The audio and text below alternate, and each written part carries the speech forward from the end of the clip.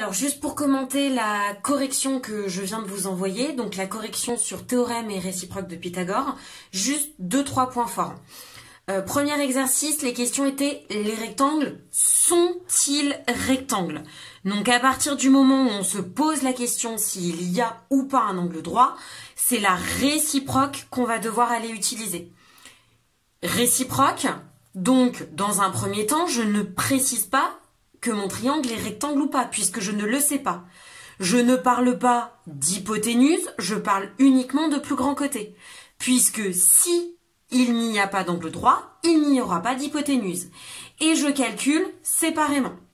Donc dans la rédaction que je viens de vous envoyer par mail, attention, pas d'angle droit en début de rédaction, pas d'hypoténuse. C'est seulement à la fin que je conclus sur le fait que oui, il est rectangle.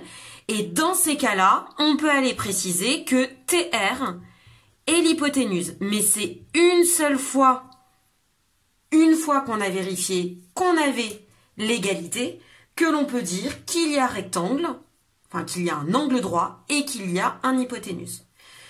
Dans le deuxième cas, nous n'avons pas d'égalité, donc on utilise la contraposée. Et dans ces cas-là, on ne peut pas parler d'hypoténuse. Et on ne peut pas parler d'angle droit. Donc là, hypoténuse, non.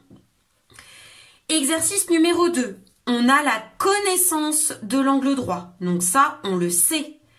Puisqu'on le sait, c'est le théorème et non pas la réciproque que nous allons utiliser. Donc, je fais mon déroulement. J'isole toujours l'hypoténuse et toujours tout seul.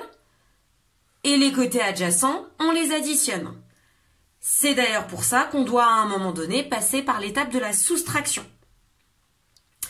Et on n'oublie pas de conclure avec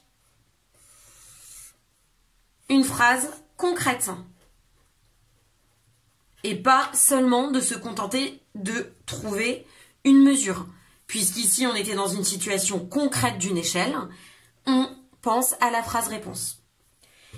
Et dernier exercice, ici encore on cherche à savoir si il y a ou pas un angle droit. Donc là c'est angle droit ou pas d'angle droit.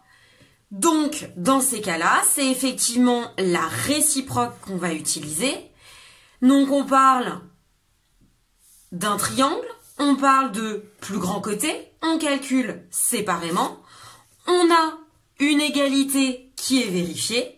Et donc, on peut conclure concrètement que l'étagère est perpendiculaire au mur.